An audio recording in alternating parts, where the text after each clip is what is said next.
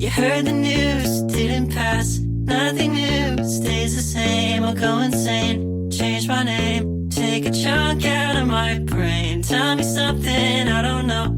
Will my feelings ever show on the surface or below? I don't know. Sweating through all my shirts, hit the ground, didn't hurt. Losing feeling in my shins, blood is bubbling in my skin. Do you wanna see me cry? Will you be there when I die? On the surface or below? I don't know, I don't know.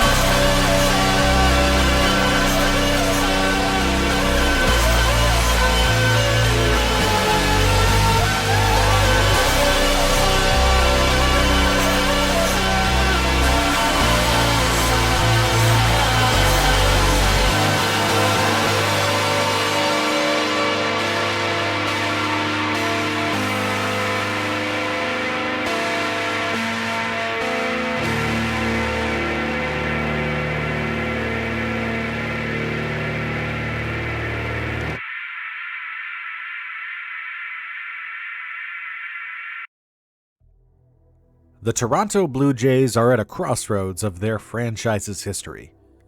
With Vladimir Guerrero and Bo Bichette upcoming free agents, they really are at a position where this could be the end of their contending window for this roster. Now, in the past, in MLB 24, I have done a rebuild with the Toronto Blue Jays in which we have attempted to retain Vladimir Guerrero and Bo Bichette. And in doing so, we created one of the greatest dynasties of all time, in my rebuilding experience especially, and have seen great success with that.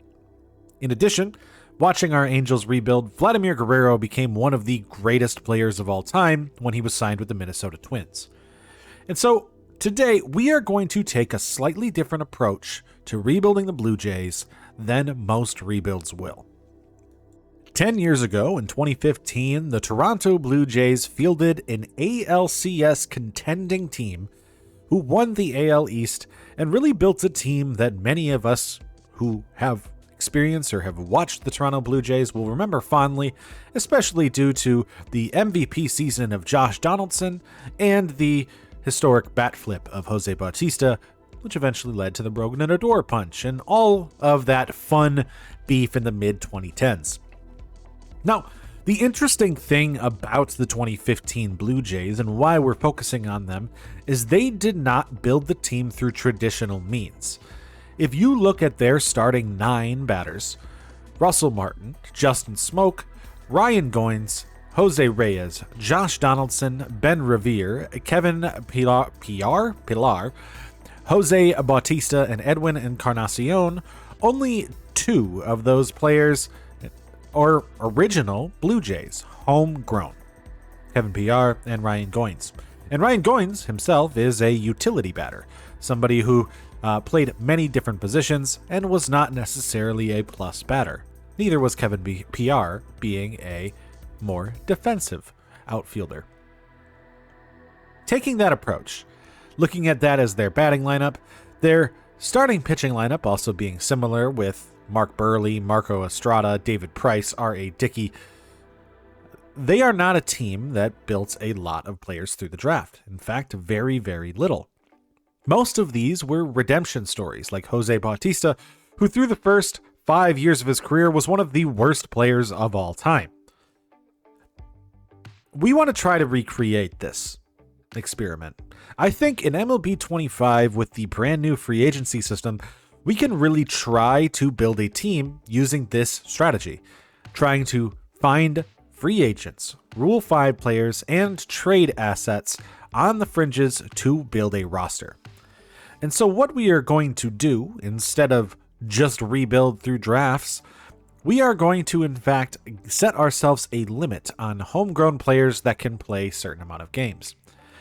Just as the 2015 Blue Jays only really had 2 players and neither of them had 100 OPS plus, both being below average hitters, we are going to try to recreate the same thing. Any homegrown players we have are going to be more defensive or utility guys, which I believe would be okay to say that the majority of our team must be non-original Toronto Blue Jays.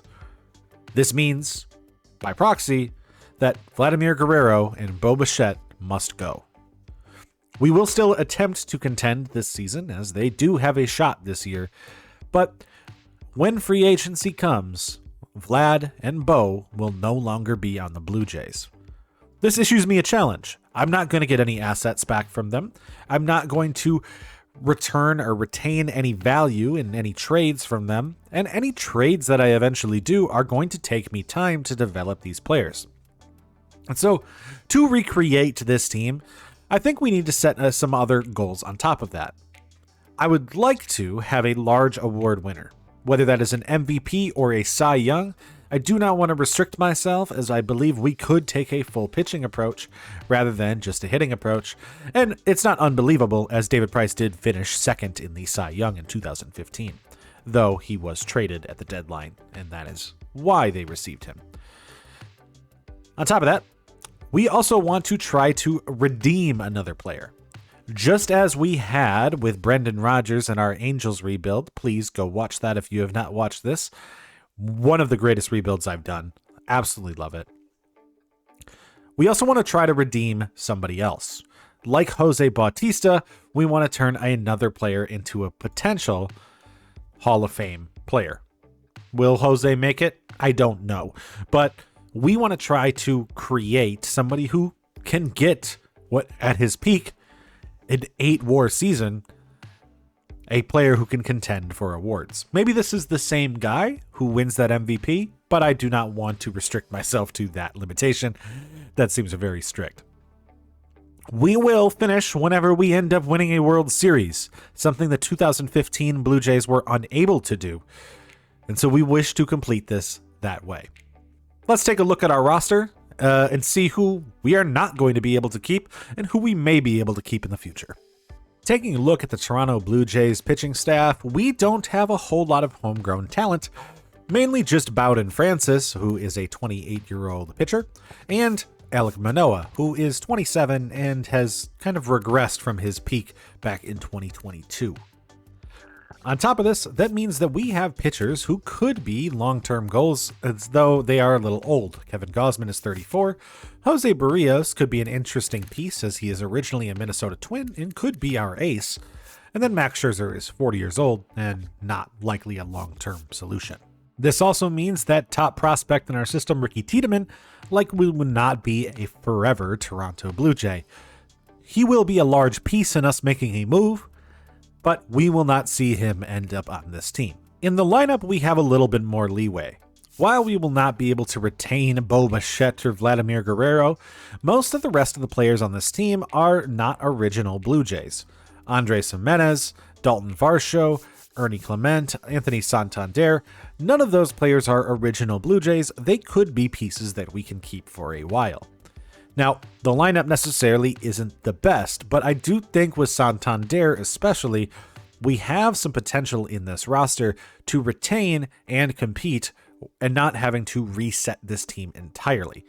We will need to do some major moves, but I do believe that when we look at this roster, Santander has that potential of being an MVP for this team, somebody who we brought in, similar to how Josh Donaldson came in. And when it comes to our prospects entirely, we are in a position where we are thankfully not having to sacrifice too many guys. None of our players besides Tiedemann, as well as Kloffenstein, are really contending for being superstar future players. But that also means we don't have a lot of assets to move for other trade pieces. This does kind of work into the idea of hopefully redeeming some players on trades that we otherwise would not have been able to really see being successful. We don't have a whole lot of prospects, but that also means that we get to try to challenge ourselves with smaller players. And so we'll get into the season. I will still show the drafts, though those players are going to be all trade assets, as we are not going to be keeping really any of them, maybe a few if we can't find a logistical trade for them, but we will still show our scouting and our drafting, at least my draft boards that I used in the last rebuild, as well as the draft conclusions. Most of our work in this rebuild will be done during the offseason and at the trade deadline. But we still have to finish 2025. And this team could still contend. We are not going to follow the challenge this year because we still have Vlad and Bo.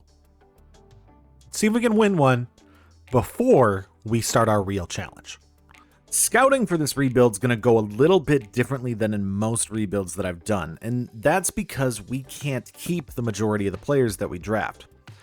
What that means in turn for scouting is we are going to prioritize trade value. Starting pitchers who are a little bit older, who have a little bit more overall boosts, or 18-year-olds who have high potential. Either version of those are going to have more trade value, especially when you look at starting pitching, shortstops, and center fielders. Those traditionally have the most value. We can't keep most of the guys, so we might look at some players to potentially keep, but for the most part, every guy that we get will be traded away. To say this draft is stacked is a bit of an understatement. One of the issues is that we don't have a second round pick, so we're not going to be able to get as many tradable assets. But if this was any other rebuild, we would be able to really set up a team for the future. Sadly, we're not going to be able to keep these guys, besides maybe a few. The number 1 ranked prospect on the board, Omar Reyes, is a starting pitcher. I think he would have a ton of trade value if he is accurate, but I don't necessarily think he's going to be good. I guess that's good for us. We can start drafting guys that I don't think are going to be good. Low hits per 9, low walks per 9. They're going to be types of players that normally I won't draft, but the game thinks they have value, so we might be able to get something for players like this. Now, the guy who's probably actually the best is Eloy Medina, this left fielder, but we're not going to really be able to keep him. I still might draft him if he's there. We're going to try to, be realistic. We're still going to take top prospects, and if we have a top prospect, we're not going to trade them, but we will see what we can do with them, so that way they're not like a core part of the team. And a guy like Raul Escalona is a type of pitcher who would be very, very good and might be somebody who is available at our pick, which means that this might be the guy that we're going to end up taking, but I don't know what we're going to end up actually seeing as available to us. To be honest, the most of this draft is going to be trying to get these non-ranked starting pitchers that we get just based off scouting, purely starting pitching talent and scouting by position for the entire scouting process, and we're just going to be getting as many of these guys late and seeing if we can turn them into top prospects. High potential starting pitchers normally have a lot of value. These are the types of guys that I'm hoping we can get. Whether or not the other CPUs draft them at around rank 37, where they're projected, or near the end of the draft, that is still something up in the air. I would love to see them not get picked early, but we don't know yet. So we will see. This will probably be a mainstay of a lot of draft picks in this rebuild, as well as many draft picks that you will see in all of my rebuilds, stacking up starting pitching late in the drafts from non-ranked guys, because they have high potential normally. And so with pick 8, we were actually left with the top guy on our draft board, Eloy Medina. He will be our pick. Hopefully will be a very valuable asset to trade, or might be the only guy we end up keeping through this draft.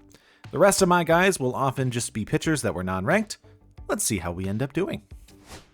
Welcome, Eloy Medina. At the All-Star break of year 1, the year that we are not touching this roster, we are 50-47, leading the AL East by one, or more like a half game, over the Yankees and the Orioles, thanks to a nice winning stretch here at the end. And I think this team could end up competing, though I don't necessarily know if it's good enough to win the whole thing. Taking a look at All-Stars, we don't actually have a lot. As I kind of look at it, we're a little limited. We have Chad Green as our reliever. That is nice. He's got a 1.73. We have Jeff Hoffman here as our closer, leading the way there. And then I think in the lineup, we just have Vladdy at first base. And I don't know if we have anybody else. Oh, Varsho as well. So we do have 4 All-Stars. Sadly, I think that the rest of the offense has not been performing to a level where we're like, oh, these guys could be key members of this team in the future. Just Varsho is. And I guess maybe we're going to be building a bullpen team. Wouldn't be a bad idea. I mean, that's what the Guardians have done. That's what the Brewers have done to stay competitive for the last several years. And maybe that'll be our way through it too. Building a bullpen team. We'll see what we can do. But we might be able to make the playoffs this season. So I'm not going to do any trades at the deadline because we are still competitive. Wait, scratch that. One of the deals that I think makes a lot of sense is the Tampa Bay Rays are a team that are known for trading too early on guys. Or not necessarily too early, trading at the right time, but getting rid of guys that are going to be very, very good and very, very talented. Shane McClanahan is one of those guys. With 2 years left on his contract for arbitration, he seems like the perfect guy to give up, and they have him on their trade block. If anybody's going to get Shane McClanahan, I want it to be me. And so we are going to go after McClanahan. We are going to give up our top prospects. Tiedemann, Nimala, or Elvis Martinez. I might even send him another trade and just throw in another player just to make this a little bit more realistic. We might throw them like a Yohendrick Pinango as well, just to make this a little bit more realistic as well. But we are going to make this trade. We are going to get somebody to compete this year. Shane McClanahan is going to be a Toronto Blue Jay. And as we have another starting pitcher, what we are going to do is we are going to trade with the Rangers because I think we need a DH. If we are going to compete for this year, let's go get one of the best DHs in all of baseball, Jock Peterson. We're going to trade Alek Manoah, who is the odd man out now of the rotation. Manoah is going to go out. We're going to get Jock Peterson and have a DH for a potential World Series run. Taking a quick look at our draft picks, I think we did pretty well. Eloy Medina with an 89 potential. Could be a future guy that we actually do keep, one of the few that I would say that we are allowed. If you think about the actual Blue Jays in their rotation, they had one original Blue Jay with Marcus Stroman, and in their lineup they had one platoon bat, so they technically had two original Blue Jays in that lineup too. Maybe Eloy Medina will be that guy. Gonzalez could be a trade piece, though 80 potential is only all right. Castro, very decent with a 91, and then Martin Jean and Giordina are also very interesting potential trade pieces with 85 potential each. Now, I think Omar Reyes was probably the actual correct pick. 94 potential at starting pitcher. Could have been a really, really good pick to make. Easy trade piece, but I wasn't necessarily certain on him. And it seems I made the wrong pick there, but I do think position players do have more value for like yourself if you were trying to build a team around them. Though Reyes as a trade piece is probably more valuable. So we might have made the wrong pick there between Reyes and Medina, but I'm not that worried about it. With 1 month left to go, we are 75-62, 5 games ahead of the Orioles and the Yankees. If we want to compete this first year while we still have Vladdy and Bo, this seems to be the shot. Our offense has been awful. So hopefully that McClanahan pickup will be big for us, but I don't know if it will be enough once we actually get to the playoffs. Seems like the investment is in pitching. Makes sense. But we are going to have to see if this is going to be enough for us to actually make it. Editor Big here. I just came to notice while I was listening that we actually are having an audio delay. This is going to be for the rest of the video. What happened is I streamed in between the recordings of this video, so I ended up messing up my audio settings partially through. So for the rest of the video, the audio might be of the gameplay might be 2.5 seconds off of the actual gameplay. This means during the menus, you're going to hear the scrolling a little bit late. That doesn't really affect the menus too much, but I will say the gameplay footage might be a little rough to listen to. And so I'm going to do my best to fix it. Just fair warning to you, the audio is messed up from this point on. I will resolve this prior to our next video. Thank you, and I apologize for the inconvenience. 90-72, we win our division, and we will be taking on the winner of the wild card playoff game in this first season with the traditional Blue Jays roster, plus Shane McClanahan and Jock Peterson. We had no award winners, but Mike Trout ends up winning the MVP over Jake Berger and Yordan Alvarez. Very interesting top 3 in the AL. For the Cy Young, we saw Cody Bradford of the Texas Rangers win it, with Bryce Miller and Michael Lorenzen in the 2nd and 3rd place in the AL. On the NL side, Shohei Ohtani comes away with the MVP. Per usual, 39 home runs, 115 RBIs from him. Matt Olson gets 2nd, and Bryce Harper in 3rd. Cy Young goes to Zach Wheeler with 2 Dodgers in tow. Your batting title goes to Mike Trout of the Los Angeles Angels, who put together a really good season, hitting .325 for them in the AL. Did not lead the way in hits, though. That is Yandy Diaz of the Tampa Bay Rays. Your home run crown also goes to Mike Trout with 47, though he did not lead in RBIs, so no triple crown, as Jake Berger pulls away with that with 115. Amazing pickup for them. We did lead the way in saves, with Jeff Hoffman getting 51 saves in his appearances. ERA leader goes to Tanner Bybee with 2.03 ERA. Fantastic season from him. Don't see really how he didn't end up getting in that Cy Young race with that good of a season. And the strikeout leader is Tariq Skubal with 190 in the AL. On the National League side, Bryce Harper by 1 point pulls away with the batting title with a .311 average. Does not lead in hits, as that goes to Shohei Ohtani with 189. Home run leader will be Matt Olson with 40. Very low offensive season for the NL, as he only gets 40, compared to the 47 by Mike Trout. And then RBI leader also Matt Olson with 116. That tends to mean that there's a lot of really good pitching in the NL, and that will go that way, with Tanner Scott pulling with 57 saves on the season for the Dodgers. I'm going to assume they won over 100 games. ERA crown goes to Shohei Ohtani, and the strikeout leader goes to Tyler Glasnow with 211. They did not get the Cy Young, neither the Dodgers did, but Ohtani did pull away with an MVP, so he can't complain. A Rule 5 pickup, Angel Bastardo, had a really good season. He was the one who got called down, or sent down. He had a 1.94 ERA with 41 innings pitched. Very, very good for him in a long relief role. He could be called right back up. But in our actual pitching rotation, we will see that Max Scherzer in his age 40 season put together a .372 ERA, 1.38 whip with still 109 strikeouts. A very good season for him in his age 40 year. And then we also had a really good bullpen this year. Chad Green, your all-star, 2.32 with a 1.08 whip. Eric Swanson, 1.89 with a .96 whip. Yariel Rodriguez did not actually play, my bad. Yimi Garcia, 2.81 with a 106 whip, and then Brian Burr, 236, 109, and then Jeff Hoffman, 204 with a 116. Very, very good bullpen this season. Bassett, I think, had to move over due to an injury. 428, 128 whip, was kind of the worst pitcher, it looks like. Bowden Francis, 301 with a 106 whip. Sadly, we're going to have to move off of him unless we want him to be the guy as our, Marcus Stroman of this rebuild. Very, very good season from him. Jose Barrios, 326 with a 116 whip. Pretty good, too. Gosman, 391. And then McClanahan, 288 with a 112 whip. This is our actual ace, and we did sign him to an extension. Will Wagner started off the season as our DH. 227, not good enough to be a DH. And all around, our offense wasn't that good this year. Luke's had a 2.22 on the bench. Heineman had a 2.14 on the bench. Schneider, 1.72 on the bench. Barger, 1.48 on the bench. Our bench was terrible. And our lineup wasn't much better. Andres Jimenez with a 2.28 to lead the way. Bichette with a 2.30.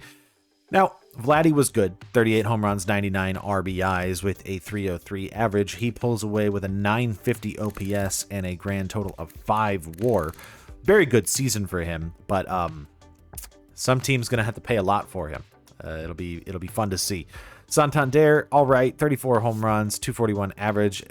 He at least had over a 300 on base percentage. I still would like to see a little bit better from him.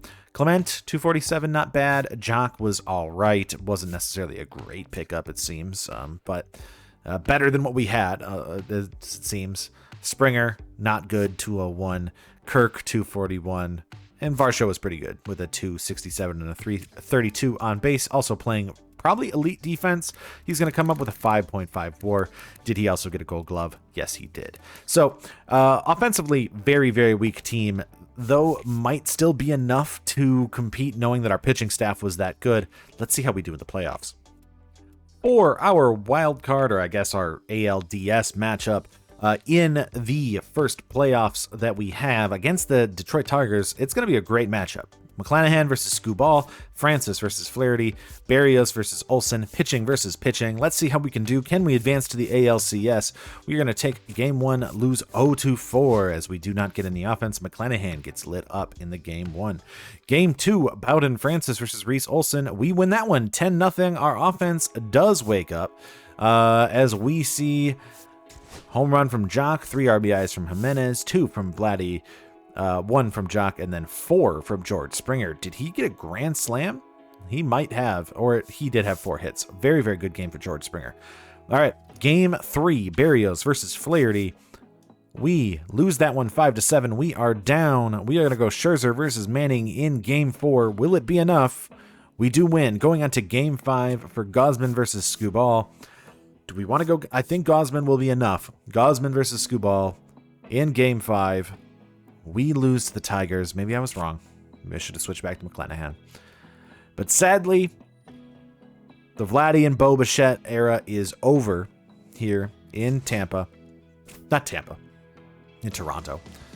And we aren't going to go anywhere with that team. So it'll be the end of them. We don't end up winning it. The Tigers make it all the way to the World Series, but lose to the Braves.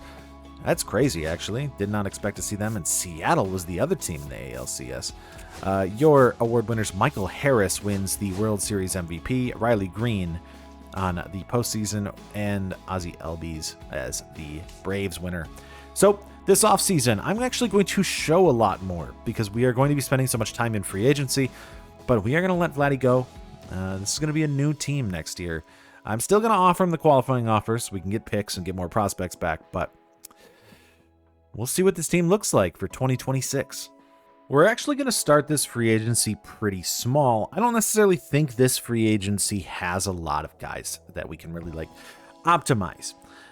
My thought is if we're going to go for a redemption route for some players, we need to look at players that are in a position that they are actually going to be considered underdogs now.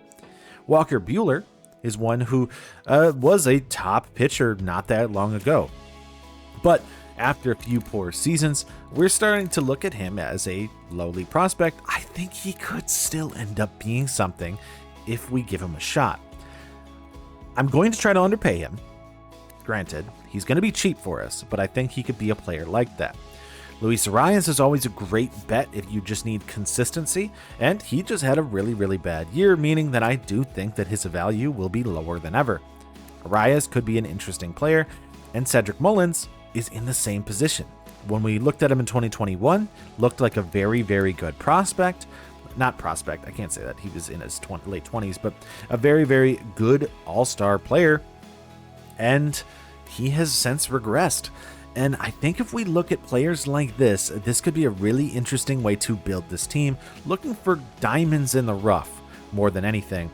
There were some other players. Brendan Rodgers was an example, Luis Renifo, but we had them in the last rebuild, or I guess Renifo we didn't, but we had Rodgers in the last rebuild. I don't want to do him again because I do think we would be able to redeem him again. But I want to see what we can do with some other guys. I know Arias we had the last time too, but Arias is always a safe bet. We're going to keep looking. There will be more guys that will come up, but these are going to be the main 3 we are going to start off with. We put positional needs as starting pitcher, first base, and center fielder to get the boosts on them. And then I am boosting primarily on Arias because I value him more than Mullins on contact, and then right-handed pitcher for Buehler. Another player that I think could have a redemption arc that I know is not a free agent, but I would really love to see him have an opportunity to get this, is going to be Nolan Jones of the Colorado Rockies. He did not have a great year last year, but I think we can develop him to have such. And if we build him up, he could be a really interesting player for us. And the other thing is, we have to move off of Alejandro Kirk.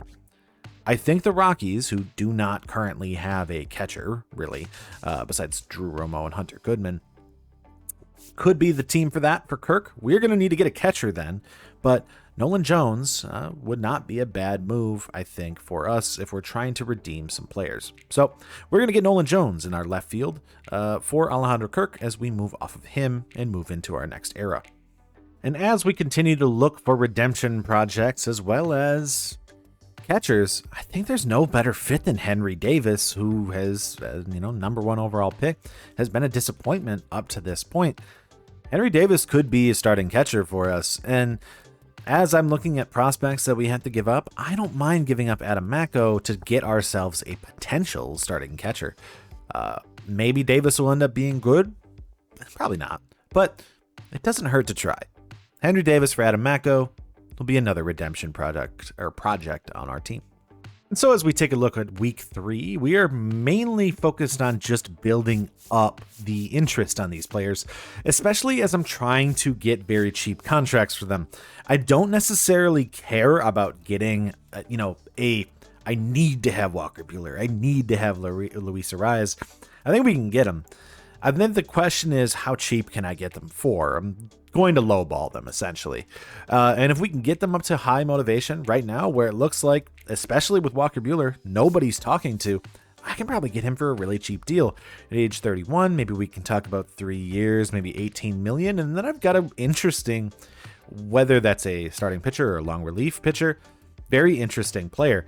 Now, Cedric Mullins might be the guy who I'm the least interested in, and I think part of that is now that we just made the Nolan Jones trade, we have an outfield of Nolan Jones, Jock Peterson, Dalton Varsho, and Anthony Santander. I don't know where Mullins fits there. Maybe Mullins is in right. We put Varsho in center, and then you have Santander in left and Jock as a DH. Nolan Jones moves to third. It's a good question. I think that we have to still consider how this team could go. Mullins is going to be a little bit less interesting to me, but there's no catchers that I'm like, I need to have. So, and there's no other shortstops that I'm also in the same boat for. So we can see what we can get. Maybe Clement can move to short and we can have Jones at third. But I think no matter what, these are still the guys I'm looking for. I don't really feel like we should go after any of the big pitchers, but maybe I'm wrong. Maybe a Michael King could be interesting. But we'll still see.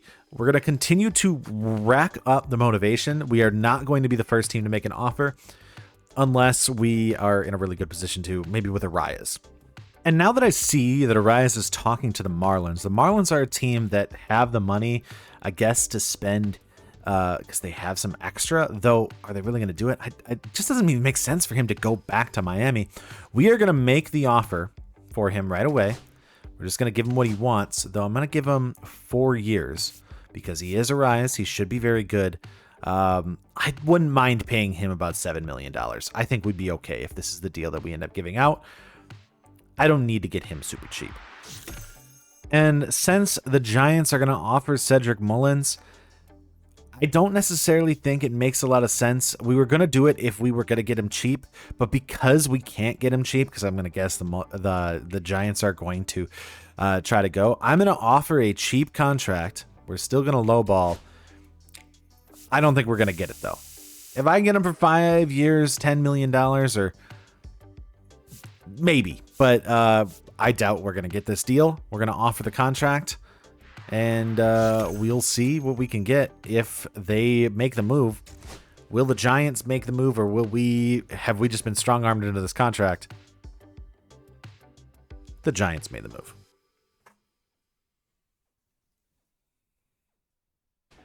Arias did sign with us. We are getting him for 4 years, $6.8 million per year.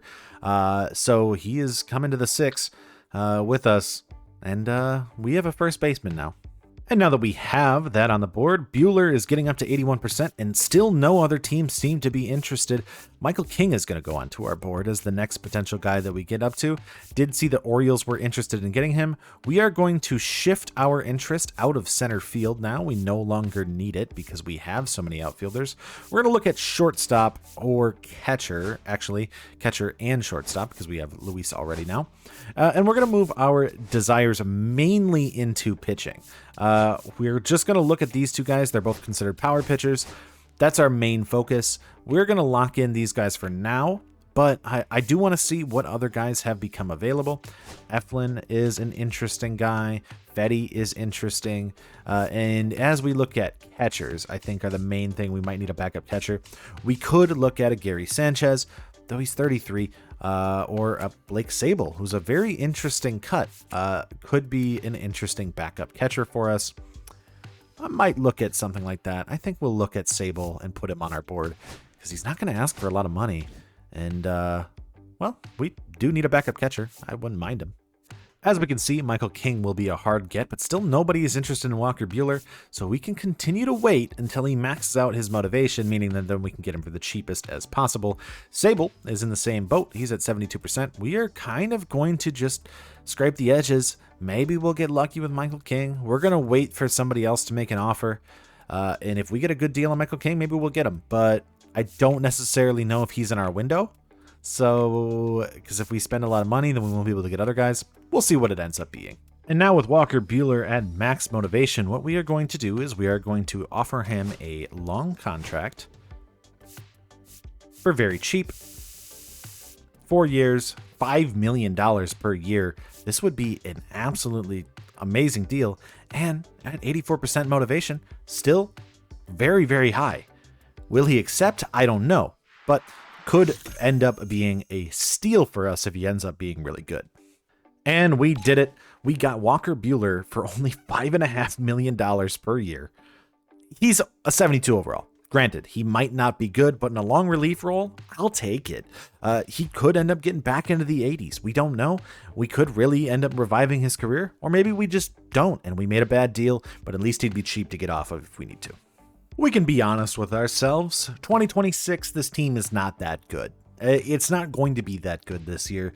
But this is because we are starting from scratch, and I don't think that that first free agency period really has a lot of guys, besides the guys that were on our team, to be able to pick up.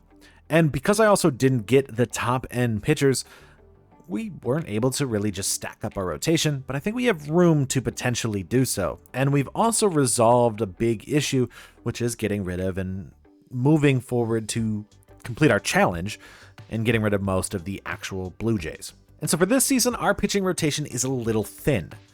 We do have McClanahan as our ace, and we have Bowden as our other, original Blue Jay, but Jose Barrios, Gosman, and Walker Buehler are the rest of our rotation. We were able to get Gonsolin off of waivers, which is a very interesting pickup, could be something valuable.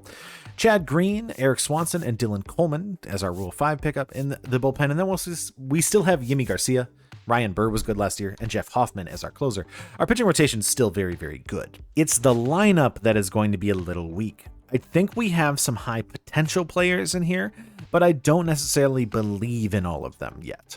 And so when we look at this team, we brought in a Luis Arias to be our leadoff hitter. He's a very good leadoff hitter. Varsho is still here. Jock is still here as the DH. Santander as kind of our best player.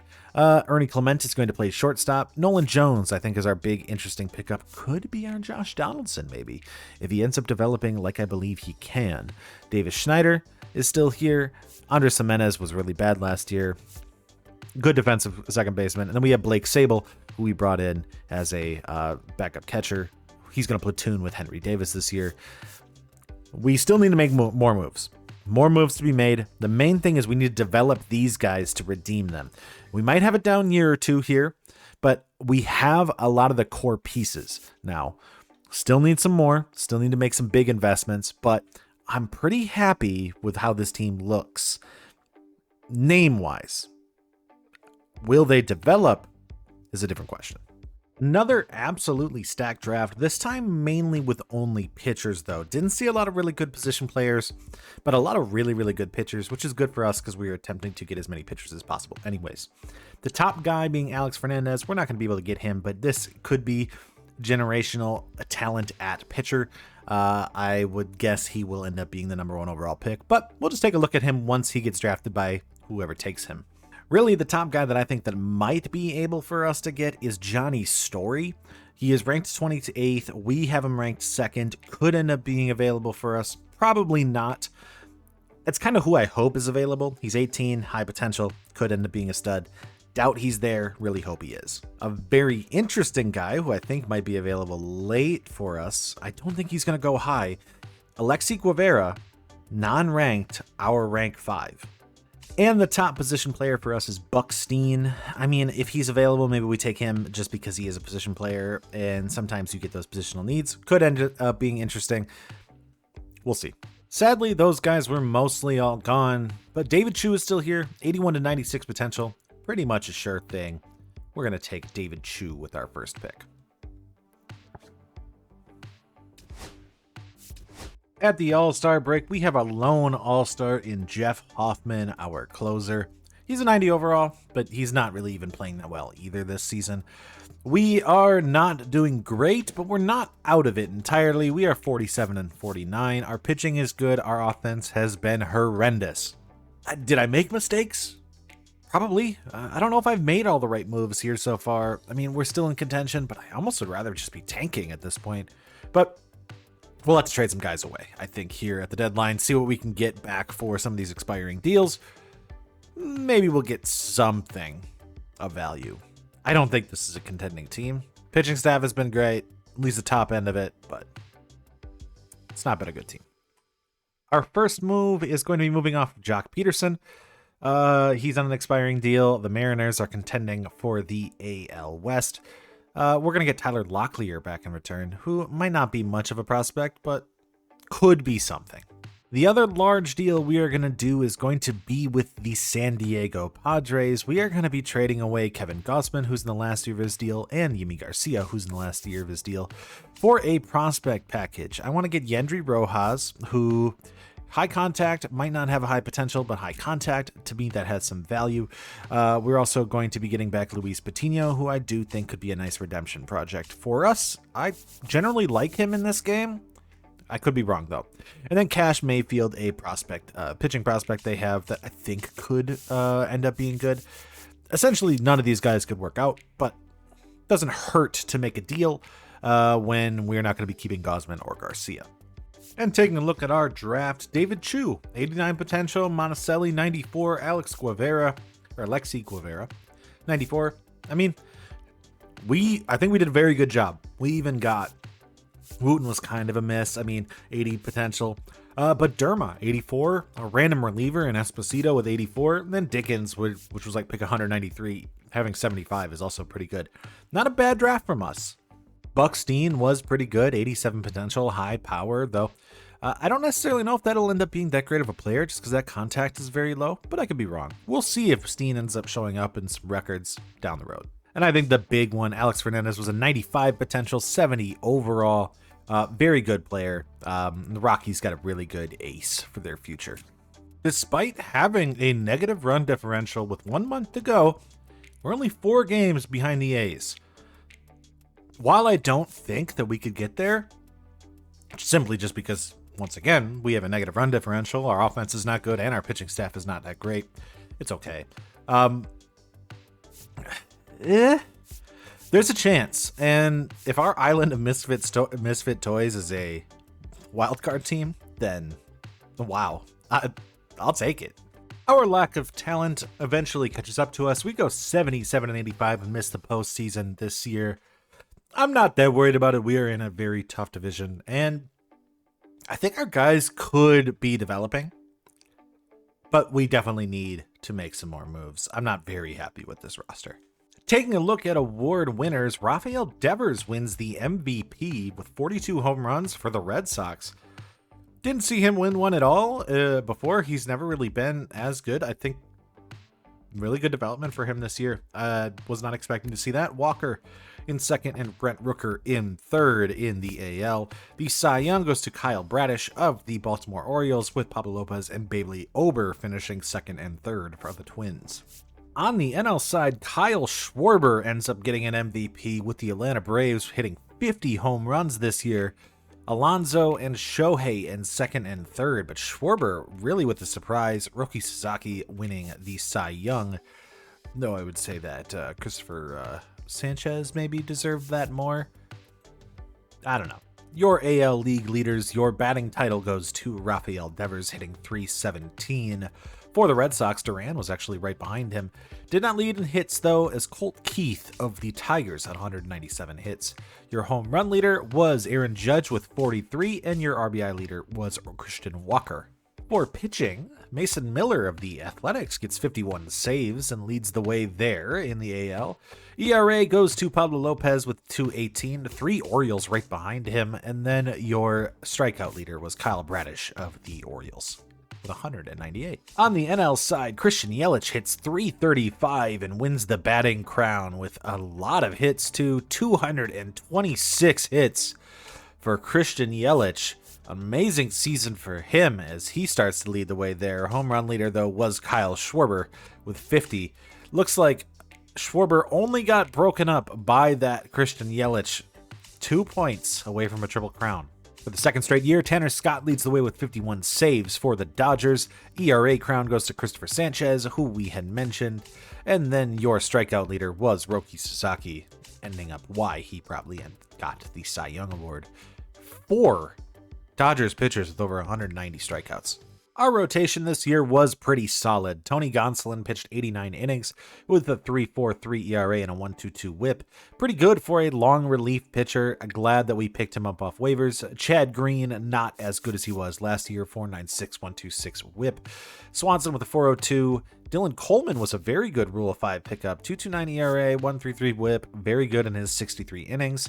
And then Ryan Burr with a 3.58, and Jeff Hoffman, our lone all-star, with a 3.15 ERA this season. Our pitching staff had Shane McClanahan at the top with a 3.15 and a 1.16 WHIP. 10 and 11 is going to hurt his chances for ever winning awards. We need some offense as well.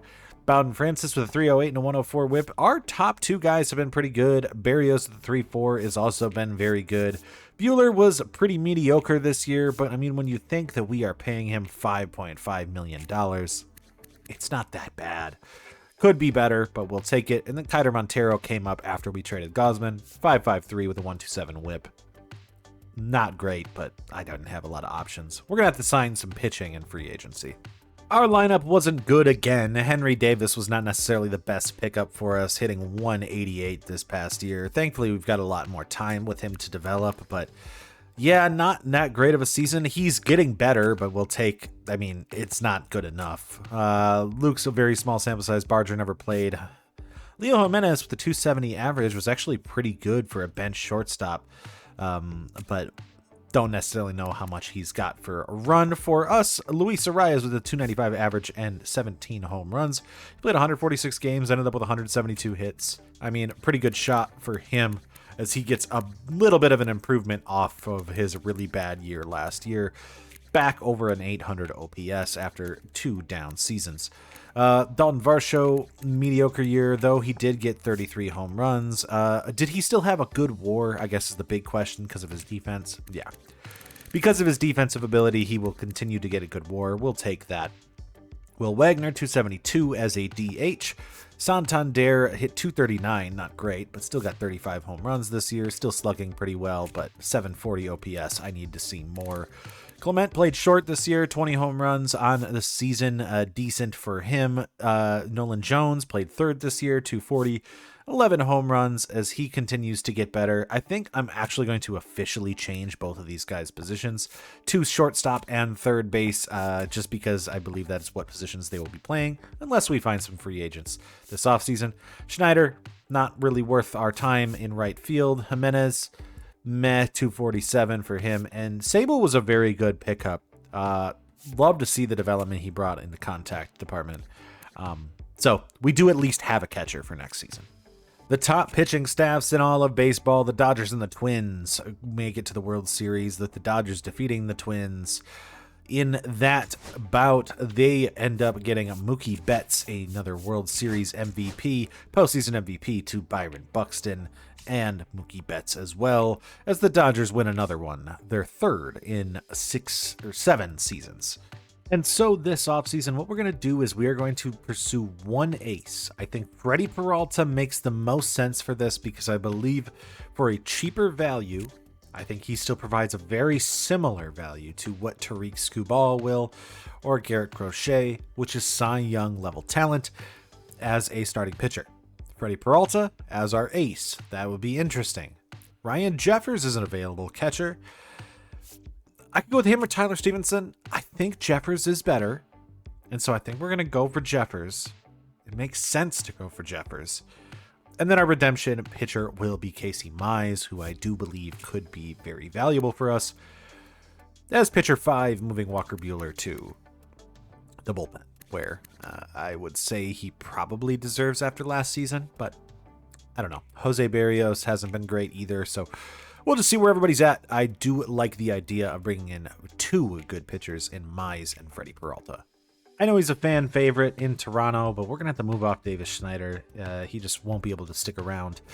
And he's on arbitration, so I don't feel like we should pay him either, especially if he's been going to perform as poorly as he has for us. We're going to get some relief pitchers from the Royals. I feel like they make sense, and I don't think people will be too upset.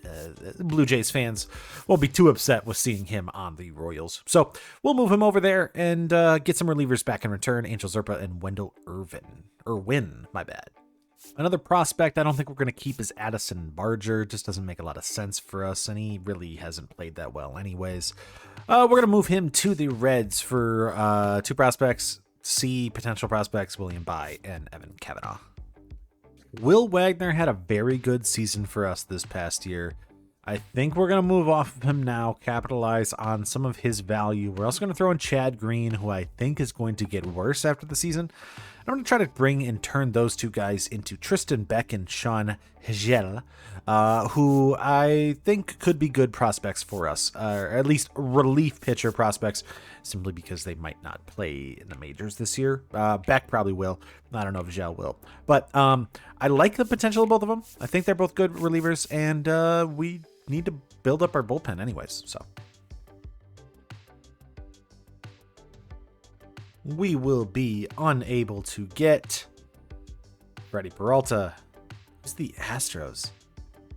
I offered him a better deal. I offered him 6 years, 31, but can't do much about it. Houston's a contender. We are not. Because I don't want another team to jump in on Ryan Jeffers before I do and lower my motivation, I'm going to offer him a big deal. We're going to go 5 years, around $14 million for Jeffers. It's probably a little much because I don't necessarily know if he's going to produce for the entire time, but we have to make the move. I think if we want to get him, we have to do it now. We'll see if that advantage, that 5% advantage, will get us Jeffers.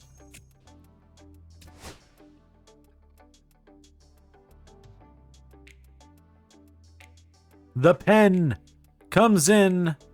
That's good to see. We have a catcher, Ryan Jeffers of the Blue Jays. We have the 11th best odds for the top pick. Looks like a really close race there, actually, for that wild card spot. But I don't think we need it, but I would like it. It would definitely give us more value to potentially trade if we need to. Which, speaking of, we still have a lot of prospects to move. Question is, will we be able to jump up? No. Rockies get the first pick again. Looking for an ace. Will we be able to sign one? Big question. It looks like we do. We get the pen to the paper for Brady Singer. 5 years, $20 million a year. That's a $100 million deal for Brady Singer. Welcome to the team, buddy. We do get a good, decent replacement for Will Wagner with Gabriel Arias, who cost me like next to nothing. We'll take it. And we are able to get Casey Mize, the former top pick from the Tigers in 2018. Probably pitcher number 5 in our rotation. And that means that now we can have Buehler out to the bullpen. And we can have Gonsolin as the other bullpen long reliever. I like that. I like that as a rotation. Across the board, I think we've seen some massive improvements to this team. Though I don't think we're necessarily a contender yet, I think that we need some development out of our guys. If they develop, say, Clement, who was originally a waiver pickup, Nolan Jones develops, if our guys continue to develop, we could really make some sneaky moves here by continuing to try to redeem some guys. I think this team is a potential wildcard team, just like this. Our pitching rotation for the year is going to be McClanahan at the top, then Singer, Francis, Berrios, and Mize at the 5. I think that's a pretty good starting rotation. Weak point being probably Mize out of anybody, but I'm still very, very happy with that. Gonsolin and Buehler will be our 2 long relief pitchers. And then we have Eric Swanson, Gel Zerpa, Dylan Coleman, our Rule 5 pickup from last year, Tristan Beck, and Jeff Hoffman in the bullpen. The lineup is still a little messy, but I do think that there's some room to grow here. I think there's still some guys we need to do. We have too many lefties, granted, too many lefties. I'll still take what we have right now. And that's that we're going to start Luis Ariz at the top, Jeffers is going to take this catcher spot. Henry Davis got sent back down just because he has options, and I think that he could develop if he does. He'll be back up probably in September. And then we are going to have Clement. I officially moved him over to shortstop. I moved Nolan Jones officially over to third base. We got in Alec Thomas on a nice $2.4 million a year deal. He's mainly for righties. Clase can be, I guess, our lefties guy, which is funny because he can't really. Maybe we pursue a lefty platoon somewhere this not off season, but during the season. See if we need that gap. Maybe Clase has to go. But I like the youth that we have as our bench here. Arias, Locklear, Luciano, Clase, a lot of really sneaky deals we did in order to clean this team up. Top prospects that we flipped around. This could be a wild card team. Don't necessarily know yet, but I'm very happy with the potential of this roster. Now, will it succeed? Different question. Need to see some development, but hopefully we will. We're sitting looking at pick 11 again. A lot of top pitchers once again. A few guys that are really, really good position players that are near the top. But I don't think any player looks better than Diego Cortez, who the Rockies are going to take him number 1. And this dude is going to be the best pitcher ever. Like, I don't think I've ever seen a prospect look as good as Diego Cortez. In fact, we're not going to get him. I might just trade for him and just trade like everything for him, because I don't think I've ever seen a prospect look as good as Diego Cortez. This guy looks amazing. And that's going to like really lower the value of some of these other guys, but it's not like Michael Liss's second base is really that bad either. Potential high contact, like just an amazing draft here. Casey Fagan as well at third base. Really, really good. This is going to be a draft I wish I had top picks. Diego Cortez, Michael Liss, Casey Fagan. I cannot wait to see what these guys are. Maybe I'm wrong, but why is he still here? If he's a bust, he's a bust. I don't think I've ever seen a prospect this good. If he's a bust, it doesn't matter. You would have picked him too. What the hell? Why is he still here? Diego Cortez coming to the team. Opted out, maybe? This is the greatest prospect I've ever seen. And so at the All-Star break, we are 51-47, half a game back of the Yankees, and therefore in the wild card race, only 1.5 games back of the A's. Pretty good this season so far. Our offense has been terrible, but our pitching staff has been pretty good. Though the real big thing is that Nolan Jones is up to an 83 overall. He is hitting 355. He has 26. He's got a potential. Yeah. Nolan Jones might just be our Josh Donaldson. This is an insane start to his season. All we did was we shifted him to third base, which was a secondary position of his. And I mean, we've just been investing in his contact stats. It looks like this season he is going off. He almost has as many hits as he did last year at the All-Star break. This is an amazing season for Nolan Jones. I think we did our thing, getting our Josh Donaldson. Is he going to be in the MVP race? Maybe. Are you kidding me? Nobody took this guy? 87 overall, 95 potential, already with 88 walks per 9. This isn't even. This is not a prospect. This is a Cy Young candidate. Like, what did I just get? What is this guy? I've never seen a prospect like this ever. Sorry, I just hit my mic. I've never seen a prospect like this ever. He's okay. All right. I'll admit this. We may break an element of the of the rules of this rebuild, because there is no way I am sacrificing the potential to use Diego Cortez in this rebuild. What is this guy? I have never seen this before. I have been doing rebuilds for a long time. There's never been a prospect this good. I don't think I've ever watched somebody who's gotten a prospect this good. This is the greatest prospect I've ever seen. With 1 month left in the season, we are in the lead of the AL East, actually. 77-63. This team is performing very, very well. I think pitching staff is doing most of the job here. And Nolan Jones. But, like, amazing. This is a playoff team. I think we could make at least the wild card, if not win the AL East. 93-69, and we win our division. One down year, and then we're right back to it. Kind of crazy because I don't think we have a very good team. I think we have a decent team that could win the wild card, and apparently was good enough to win the AL East as well as get us a winner of the wild card playoff game. I mean, it's a pretty good season. We have a Hank Aaron Award from Nolan Jones, an MVP from Nolan Jones, and a batting title from Nolan Jones. Our Josh Donaldson. Out of nowhere, Nolan Jones hits 362 on the season and gets himself an MVP. I mean, let's just... Okay. What? 87 overall? This is insane development. So, he played one more game than he did last year. He went from 122 hits to 194, 23 doubles to 46, 11 home runs to 41, 46 RBIs to 117. The walks are down, probably because he's getting hits, or the strikeouts are way down. The average went up 122 points. And his OPS goes up 430 points. That is, yeah. Whoa. When did that WARP go up? 2.2 to a 9.7.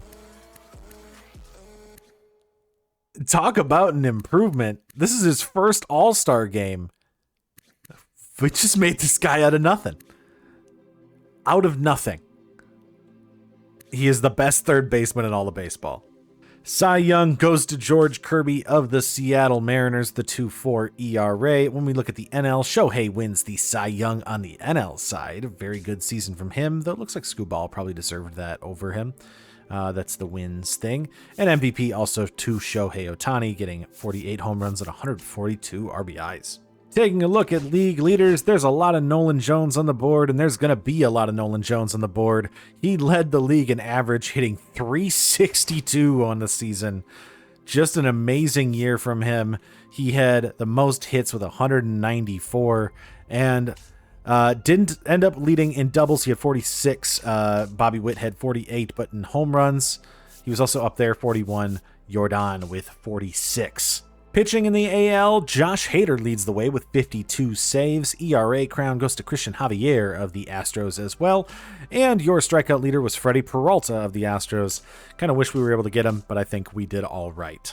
On the NL side, Ivan Herrera, the catcher of the Cardinals, leads the way with a 321 average. Amazing season from him. Hits leader is Shohei Ohtani. Your home runs leader is also Shohei Ohtani. And when it comes to pitching, Edwin Diaz of the Mets leads the way with 49 saves as they end up finally dethroning Tanner Scott in that department. Tariq Skubal with the ERA crown of a 2.23 probably deserved the Cy Young, and strikeout leader Blake Snell of the Los Angeles Dodgers. The game did send down Angel Zerpa with a 3.75 ERA and a 1.29 whip. Not the greatest. It also sent down Dylan Coleman, who had a 4.71 ERA and a 1.25 whip. Also not the greatest.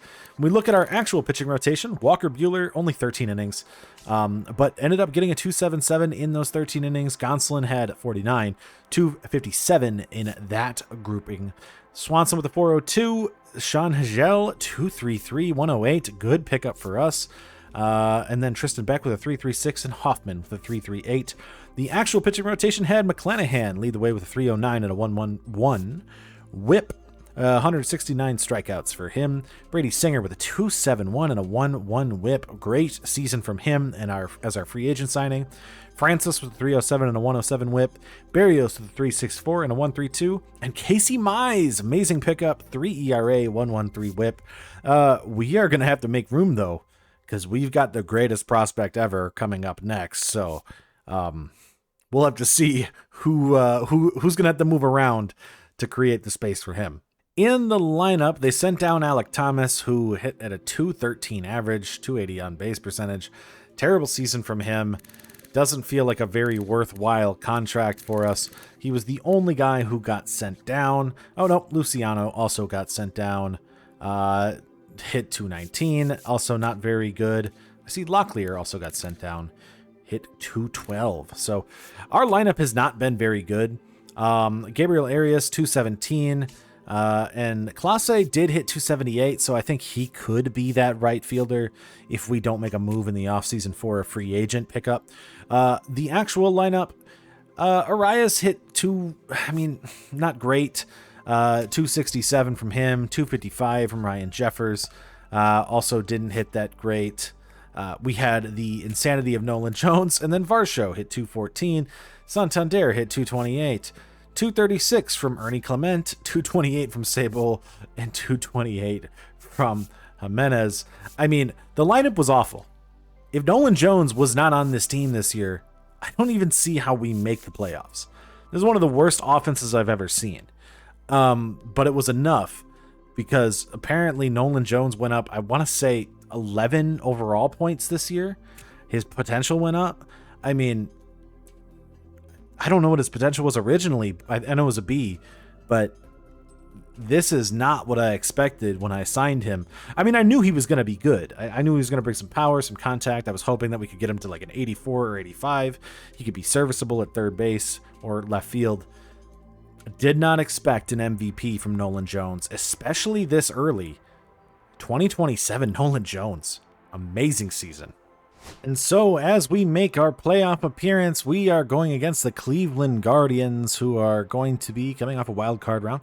So they will be starting Joey Cantillo to start off. We're going to go McClanahan, then Singer, then Bowden Francis to start off the playoff run. We win the first game 10-3. In the second game, we lose that one 2-3, taking a 1-1 series. As we go into game 3, Bowden Francis versus Gavin Williams. We win that one. That gives us Barrios versus Luis Ortiz for game 4. We lose that one. I do think Casey Mize can take it. This was a mistake last time, but we're going to do it again because I think that Casey Mize is good enough. Game 5 against the Guardians. We win that one, and we'll be taking on the Seattle Mariners, who had the second best player, and also they are the team that signed Vladimir Guerrero Jr. So, ALCS against the Seattle Mariners. McClanahan versus Gilbert. We lose that game 3-9. Game 2, Brady Singer versus Bryce Miller. We win that one 5-3. Game 3, Francis versus Kirby. We win that one 1-0. I want to see who scored it. It was... Oh, who even got it? Doesn't even say. Ryan Jeffers. My bad. I'm blanking. Ryan Jeffers got it. So we win 1-0 of Ryan Jeffers RBI. Okay. Barrios versus Castillo. Game 4. We are up 3-1 against the Seattle Mariners. Casey Mize versus Logan Gilbert in Game 5. We lose that one. McClanahan versus Bryce Miller in Game 6. We win that one, and we are taking on the Philadelphia Phillies here in the World Series in 2027. I didn't expect to turn this team around this fast. Okay, we are going to, I think we're going to have to go Singer to start off this playoff run. Singer versus Scooball in Game 1. I have faith in our pitching staff. It's all about if the offense shows up, and the Phillies have an offense. So, Singer versus Scooball. We lose Game 1 3-5. Game 2 will be Francis versus Sanchez. We get crushed in that game. Game 3, Barrios versus Nola. We are down 0-3. Casey Mize. We get swept by the Phillies. To be honest, the fact that we were there was a surprise to me. I'm happy we did it. Arias gets playoff MVP. But yeah, our offense is not good. And Nolan Jones still put up a really good playoff run, but not as consistent as his season was. So I'm really, really happy with what we got. We just made an a World Series appearance in 2027. I know it doesn't seem very climactic. When we went down and lost 0-10, generally I jump in, but I'm not jumping in when we're down 0-4 because that's just going to mean I'm going to have to jump in 4 straight games. And we got swept by the Phillies, which were a considerably better team than we were. It's a surprise we were there, but we were there. We have a top prospect coming who's going to be playing next season because there's no way I'm not. And then I guess let's see if we can bolster this outfield and the lineup entirely, because besides Nolan Jones, it was awful. We're going to have to our window is open. I didn't think it was going to be, but it's open now. So let's go invest in it. And so, because I think that we can contend, I am going to go make a Godfather offer for the one player that I think is cheap enough, but still provides value. That is Brent Rooker. Brent Rooker has been amazing the last few years for the A's. I am going to give up, besides obviously, our stud pitcher, we are going to give up Guevara, who is currently ranked as our number 1 prospect, or would be number 2 prospect in our system. Ken Poole will be up there too, as well as Sean Wooten. And I'm even going to throw them on top of this some more. I know I don't have enough slots, so I am also just going to give them Fernando Castro to make this fair as well. We are going to make the deal from Brent Rooker. I think it's a Godfather offer. We are stacking their pitching rotation, and we're going to get Brent Rooker because we need a right fielder. I think this is how we make it. I think this is how we contend in 2028. Coming off last year's World Series appearance, we are going all in this season. 2028, your Toronto Blue Jays might not be the favorite, but I feel like we should be. Though I'm also going to say a lot of that depends. I don't think Nolan Jones is going to do what he just did last season. So a lot of that depends on everybody else coming back to normal after whatever garbage seasons they put in last year. But I think what's going to be the most fun this season is our rookie starting pitcher, Diego Cortez, who we drafted last season with the 11th overall pick. I've never seen a prospect like this. I cannot wait to see how he performs. We're sending him to the majors right away. He's an 87 overall. He would get nothing from sitting in the minors. And this dude is a beast. He already has 88 walks per 9. Like, he's crazy. On top of that, the rest of our rotation, Buehler and Mize are going to be in the bullpen. I do think that either of them could be starters, but I'm not, I had to decide, do you want to put, maybe I go Bowden in the bullpen. Yeah, we'll go Bowden in the bullpen. Mize had a great year last year. So we'll go Bowden in the bullpen, and we will go with everybody else. I do think that Cortez will be really interesting, should get Rookie of the Year. It would be a struggle not to see that. Patino, Gel, Coleman, Beck, and then we also brought in Griffin Jacks of the Twins and Yohan Duran of the Twins, because if we're going to invest, let's get the best bullpen arms we possibly can. The lineup is still a little bit iffy, though. It's not perfect. I think we need to see consistency from everybody here. Arias, Jones, Santander, Clement, Sable, Varsho, all of that. So I think we need to be in a position where they can end up performing really well. And I think with Rooker being here, this should help a lot. The question is whether or not these guys will be able to perform consistently. We have Arias, Loperfido, who they got, I think in a trade. I'm blanking on his name. It's Kikuchi. In the Kikuchi trade, Luciano is still here. Clase is still here. And then we can bring up Eloy Medina if we need to, and we can bring up Henry Davis if we need to. I do think both of those could be there, but this might be a deadline move team. I would not be against that if we need to make a deadline move to make a swing for the fences if we are not performing well. I'm really excited. I think Diego Cortez really has changed my entire opinion on what I've been seeing. He's also going to change my mindset on just scouting. So let's see what we can do this season. And I don't think Jones is going to recreate what he did, but we got our MVP out of the way. I just simulated through another scouting period here in the month of April, and we still have not lost a single game. We're on a 14-game winning streak. How much longer can we make that last?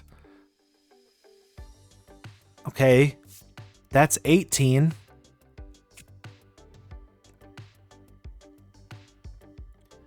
Okay, 19.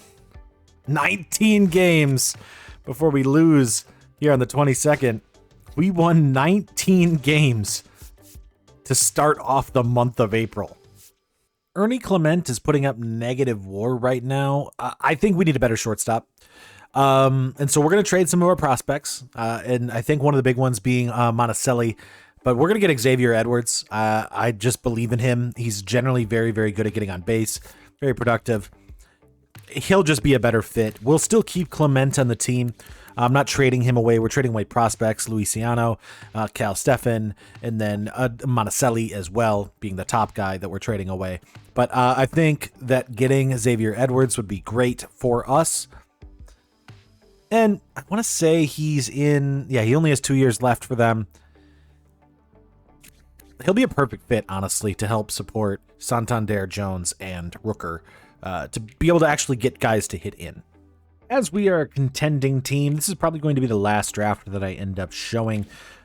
Looking at the top end, I think Jason Phillips is the one guy that we could potentially get here that would have some value, up to 99 potential, ranked second on our board, 29th on the MLB board. I don't know how many guys are actually going to be available. Andy Bichette might be the actual top guy we can get, or Brian Stein.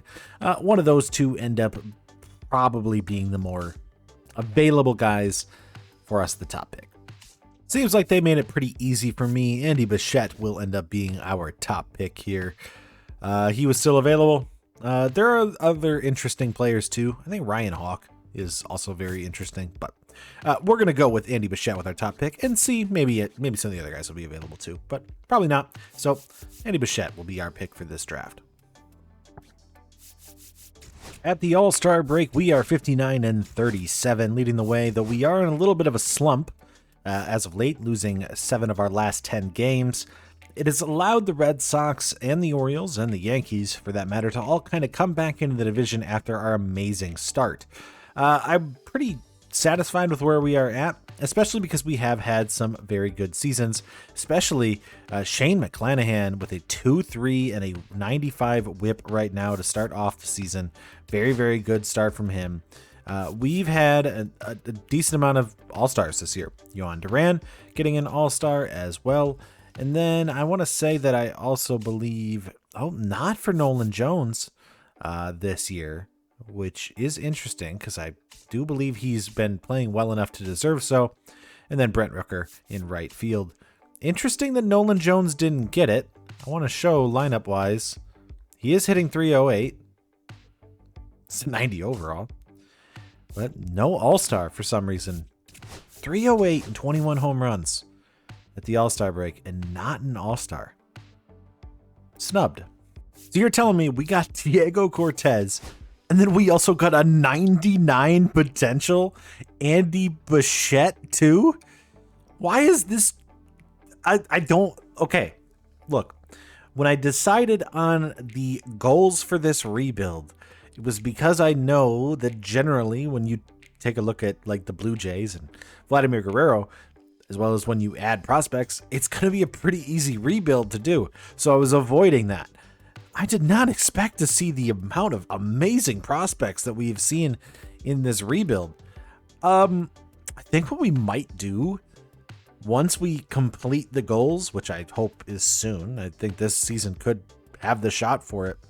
We might just let the sim run and just see what this pitching staff could end up being. We'll just sign like Cortez and Bichette to really long-term deals and just see, can this team turn into something insane with this pitching staff? Because this is crazy that I'm seeing guys like this. But they're not the only 99s, because apparently the Texas Rangers got a generational prospect in Boyd Avalos. Now, he was actually ranked number 1 on the board. Didn't expect to see him, but generational talent. This is the first one we've seen in this rebuild, though I don't think it's the best player we've seen. Still, the first generational talent is Boyd Avalos of the Texas Rangers. I have a lot of faith in this team being a World Series team, and you can see that with our offense waking up finally .262 average, .323 ERA this season. 8-game winning streak as we move into the last month. 88-52. With a 10-game lead in our division, pretty confident we will now likely win the division. Maybe we'll see the Mariners once again in the ALCS. I hope to. And hopefully we'll make it right back. 104-58, and we've won over 100 games this season. Coming off our World Series appearance last year, we'll be taking on the winner of the wild card playoff game as we win our division. Be curious to see if we have any award winners, because I think we put together a really, really good year. We get a Cy Young Award from Shane McClanahan, as well as a runner-up and a third-place finish in the MVP for Rooker and Nolan Jones. McClanahan wins the Cy Young with a 2.5 ERA and 190 strikeouts. We will take that. Rooker and Jones with the second and third in the MVP. Dominant there. No Rookie of the Year. Jones just finished third in the batting title. Yohan Duran. Jeff Hoffman went to the Orioles. So we let go of Hoffman. Duran was not as good as Hoffman, but okay. And Cortez was third in the Rookie of the Year. 4.22 ERA wasn't necessarily great, but who cares? On the NL side, Shohei Ohtani wins another MVP, 157 RBIs for him this year. Ellie in second, Juan in third. Cy Young goes to Logan Gilbert, now of the New York Mets. Hunter Green in second, and Blake Snell in third. Hunter Green with a 2.3 ERA. I don't think I've ever seen him pitch that well. We had some league leaders. McClanahan for pitching. And for batting, Brent Rooker, Nolan Jones led the way in a couple stats. William Contreras was the catcher for the Seattle. Oh my God, they have Contreras now too? Okay. Batting average led by Contreras for the Mariners. Hits goes to Jarren Duran of the Red Sox. We had Arias in second with Vladdy.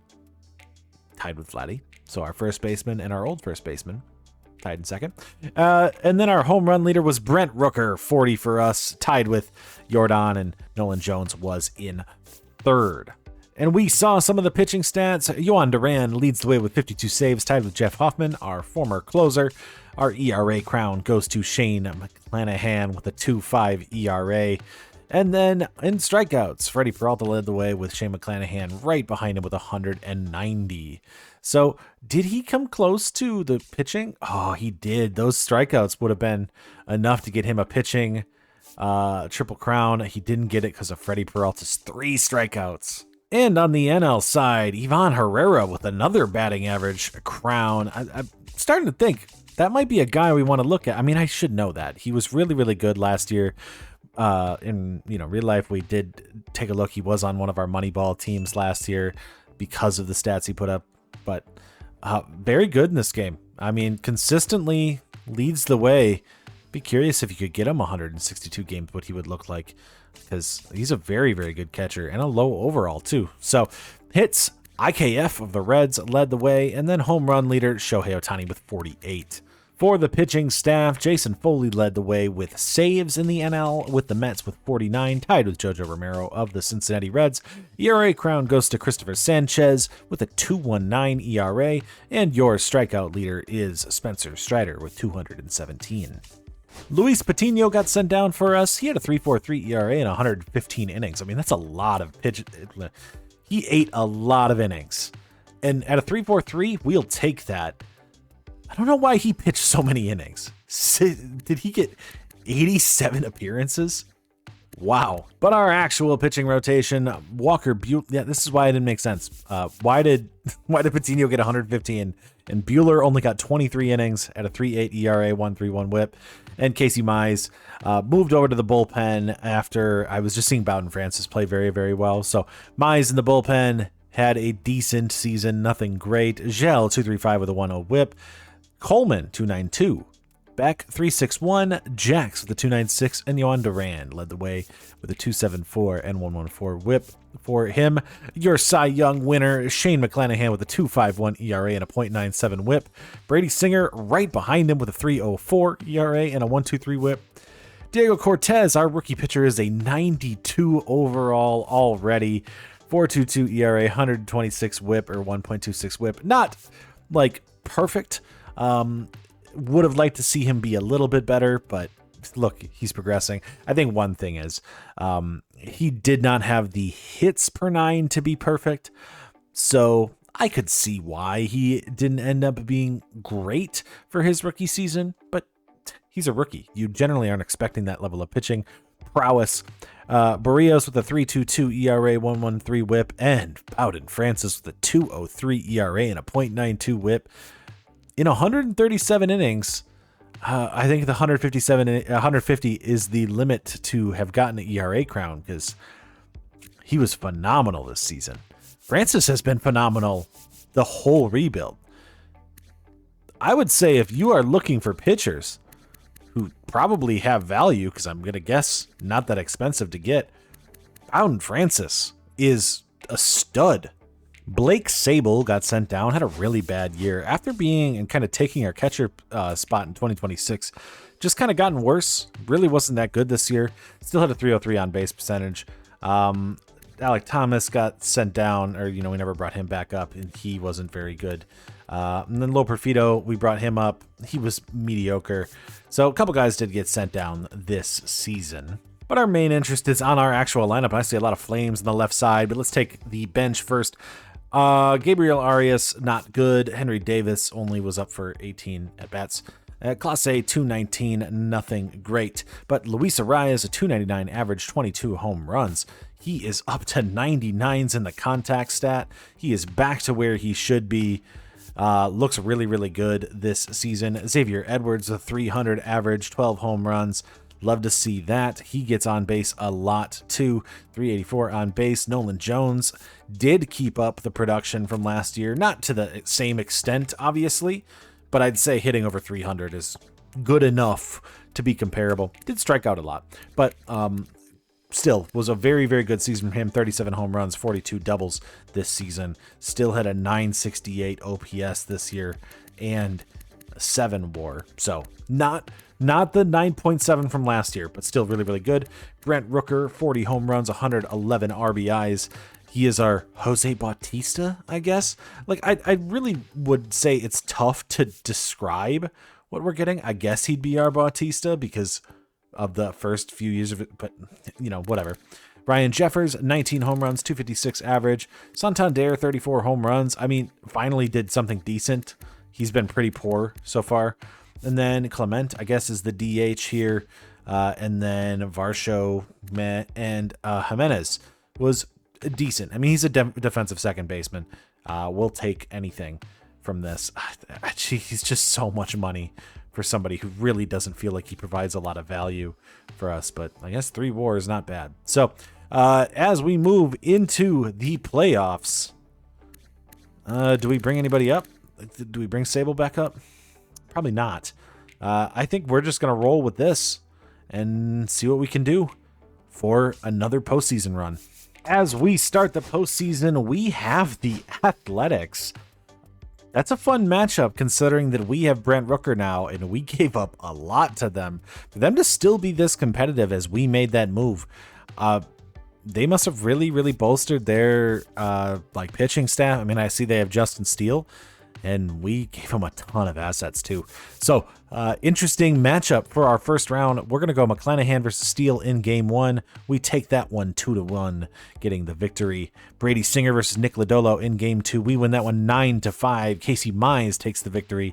As we go to game 3, we're going to start Bowden Francis versus Luis Garcia. Xavier Edwards gets a knee sprain. We are going to bench him, and we lose that one 2-3. It looks like we lost that in the end of the game with Griffin Jacks. We're going to go Cortez versus Justin Steele in game 4, and we win that one. We will be taking on the Mariners of the Royals. It's a rematch, and we have Xavier Edwards. Let me go fix this lineup before we start this game. With our lineup ready, we are going to get a rematch against the Seattle Mariners. They are the other top team. It is us and them. They have a stacked roster. I think we're going to go Barrios game 1. I know McClanahan should start game 1. He did last play on the first, but I think we're going to go Barrios. Because if we can get a victory out of Barrios, that put us in a good position. Game 1. Okay, we get blown up. Mistake. All right. Redeem me. Okay. McClanahan did redeem me. We are tied 1-1 as we move into Seattle. Brady Singer versus Bryce Miller in Game 3. We take that one 2-1. Good late inning game as Andres Munoz gets that. Ooh, does that mean we got a walk-off?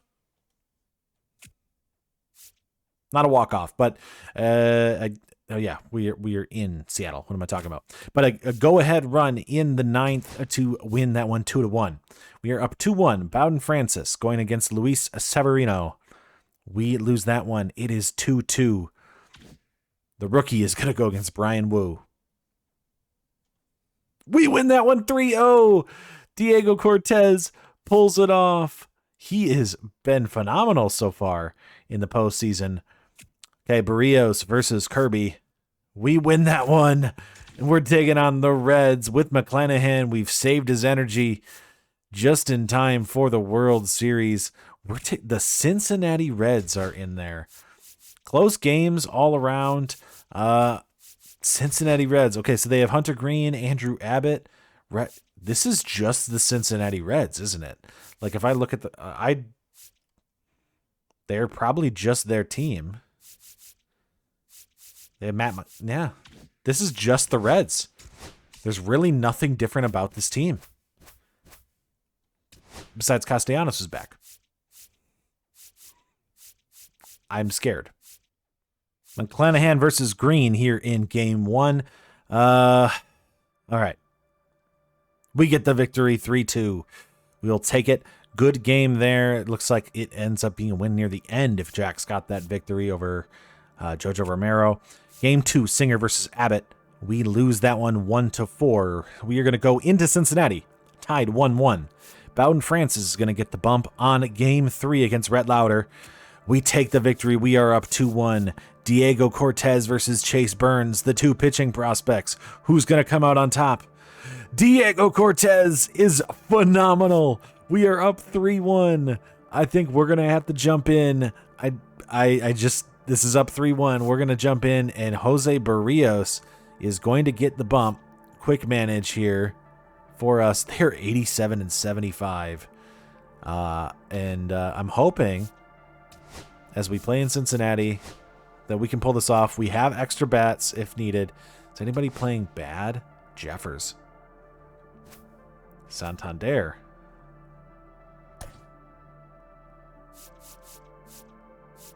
Let's go Henry Davis. Let's get cocky. All right. Hit by pitch. That's a good start. Strikeout. Jones gets a single. Men on first and second for Brent Rooker. Grounds out. Men on second and third for Henry Davis. Let's get cocky. Henry Davis hits into 2 runs in the first. Santander flies out. Okay. Steer gets a double. A walk from Ellie. Double play from Nick Castellanos. Clement grounds out. Ground out for Varsho. A walk for Jimenez as we continue to move on. I think we can go to the bullpen early if we need to. We have a lot of arms. McLean hits a triple. And Steer ties it up. Oh, Nelly. I shouldn't have said anything. We're just going to go to Casey Mize. And Casey Mize does get out of that, but we lose the lead. Double from Clement. Single. Varsho hits him in. It is tied 3-3 in the top of the 4th. Mize will continue on the mound. A double from Jose Tena. Spencer Steer strikes out. Arias versus Hunter Green pops up. Strikeout and strikeout. Fly out, and another ground out. So we move to the top of the 6th. Rooker versus Hunter Green. They're making a pitching change. They're going to Tyler Rogers for Rooker. He grounds out. Strikeout by Henry Davis. And a fly out for Santander. We only have 4 hits this game, but we don't leave guys on base. I'd like to see that. And we get out of that again. Casey Mize, a good start for us. Ernie Clement versus Alexis Diaz here in the top of the 7th. Clement gets a single. Varsho hits into a double play, though. Okay. Bottom of the 7th, I think Mize could keep going, but I think it's time to just make the change. He's gone around the lineup once. We are going to go to bottom of the 7th. I think we'll go Coleman. Rule 5 pickup. I like Coleman. Maybe I don't. Maybe I don't. Maybe I don't. Maybe I don't. Maybe I don't. Maybe I don't. I don't like him. Sean Gell. Okay, we are down 8-3. Single from Arias. Single from Edwards. Oh, only one run on that. Single from Nolan Jones gets another run there. Henry Davis up to bat, grounds out. Another triple for Matt McLean. Guess we go back. Santander gets a home run. We're down by 4. Fly out, strike out, ground out. We lose that one. That's on me. And Dylan Coleman, I guess. You know, we just wanted to win it back in Toronto. Game 6. Game 6. Back in the Rogers Center. We're going to go McClanahan on the bump.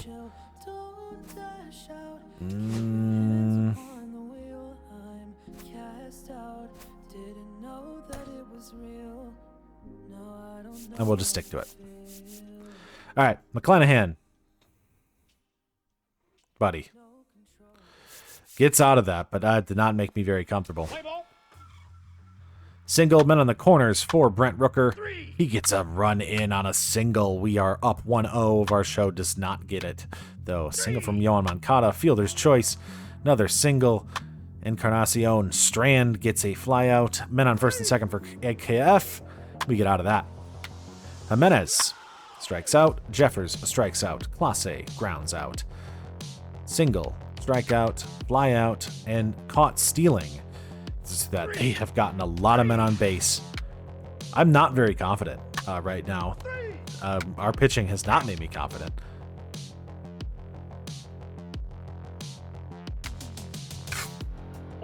Barely. Okay. Single for Varsho. Give me some more runs, guys.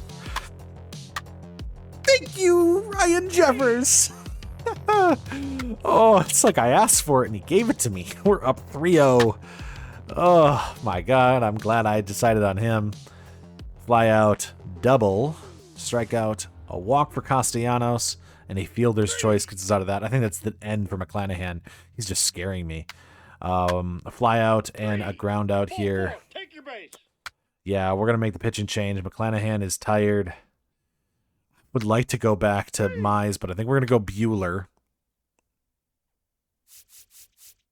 Yeah, I think we're going to go Bueller. We're still giving up a lot of hits, but it is a 3-0 game. Pop out. Pop out. Strike out. 3-1 game. Walk. Ashamed of. Gerb Bueller. God. I can't tell you how much I say from the bottom of my heart. I'm so very, very sorry. I guess I can't have anything I pride nice. myself and think of myself as a man of faith. As there's a drive in a deep left field by Castellanos, it'll be a home run. And so that'll make it a 4-0 ball game. I don't know if I'm going to be putting on this headset again. I knew it. It's going to be for the Reds. I saw him. I don't know. I saw him. I should have known. Fox, I'm going to apologize for the people who signed my paycheck. Okay, bottom of the 8th. We need some offense, guys. Luis Arias versus Jojo Romero. He walks. Okay. Men on first for Xavier Edwards. Single. Men on first and second for Nolan Jones. We have no outs. Single. It is tied 4-4. Santander tied with men on first and second. They make a pitching change to Alexis Diaz. He flies out. Brent Rooker strikes out. Now pitching for the Reds, number 43, Alexis Diaz. Pop out. Top of the 9th. Okay, we're going to go to Griffin Jacks. Fly out. Strike out. Ground out. It is the bottom of the 9th. Single. We're entering. We got a man on first. We're going to watch it. Wasn't going to watch it. We have a man on first.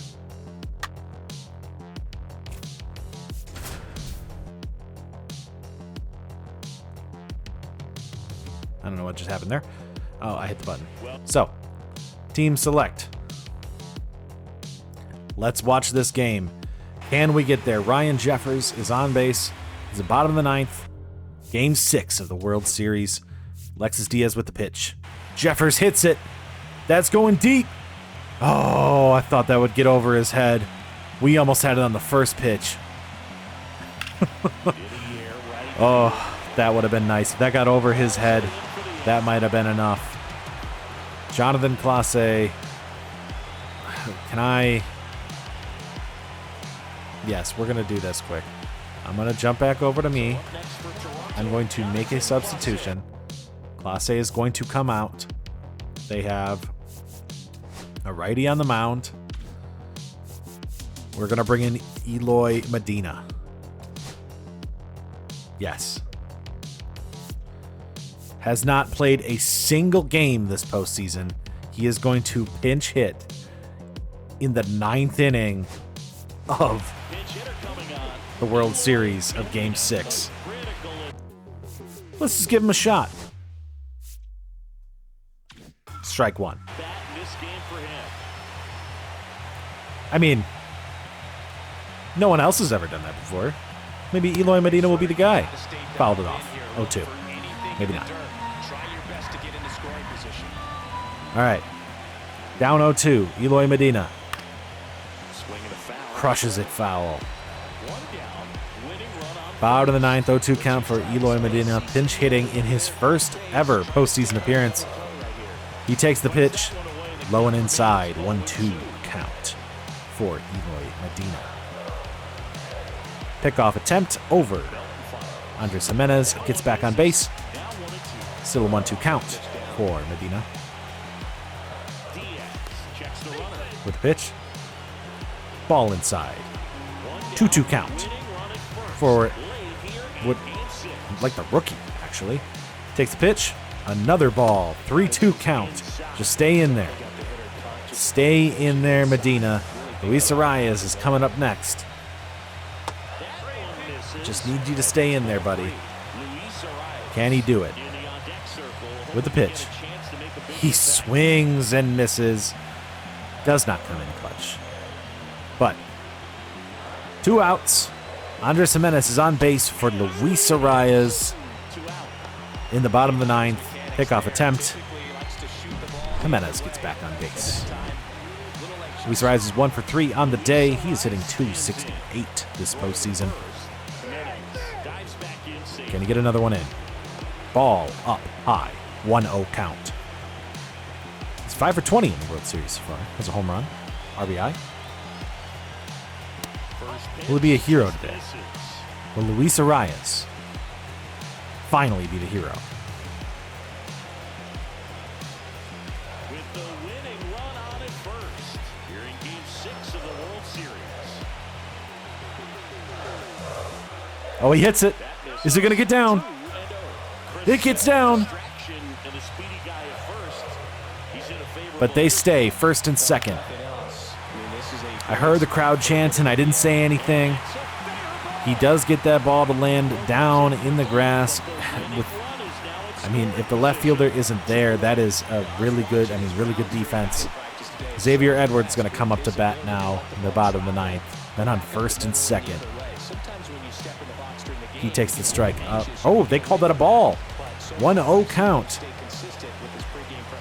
All of Canada is on their feet as Toronto tries to pull in the first World Series since 1992. Can they do it? He hits it. Looks about the same. Oh, goes foul. That ball lands fair. That's it. Xavier Edwards takes another one, hits it foul. 1-2 count here in the bottom of the 9th. He is the last man standing between us going to extras. And he takes the strike looking as we go into extra innings. I'm going to return to the quick manage, I guess. And that means we're going to extras in the World Series. So remaining in the game defensively, Ground out. Men on second, Reese Hines. They're going to put in Tania for Griffin Jacks here. He grounds out. Encarnacion here grounds out as well. We're going to go right back in. Actually, let's just see. Yeah, let's go right back in. They're going to go to kmoe. I think this is our shot here. I like that we're at home. We're at the center of our lineup. It's Nolan Jones, Santander, and Rooker. The two guys that got on base the most didn't get there. But can these guys do it? Nolan Jones versus Ian kmoe. I'm going to guess that's how you pronounce it. I have never heard the name. Takes the ball low, 1-1 count here in the bottom of the 10th.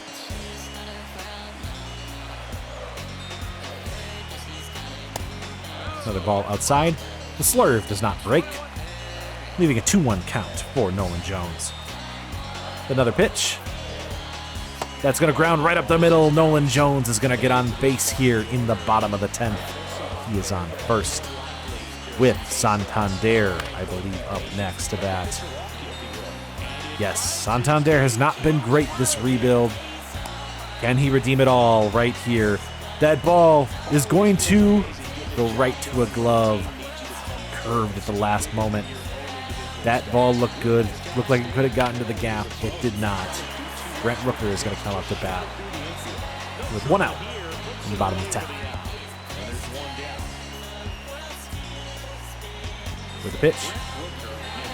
Strike. Low outside. I was a little scared of that, but I think we're okay. We're going to go into an 0-1 count. Ken Rooker. Turn it around. Can he win us the game? That ball was a meatball.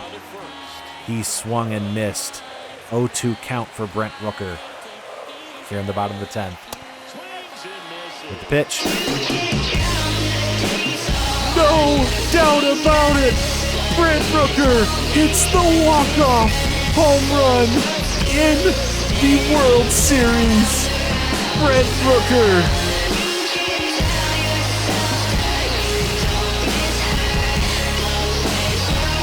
He trots around the bases. Back in 1992, a man by the name of Joe Carter hit a walk-off home run in the World Series against another team in red. And today, Brent Rooker does the same.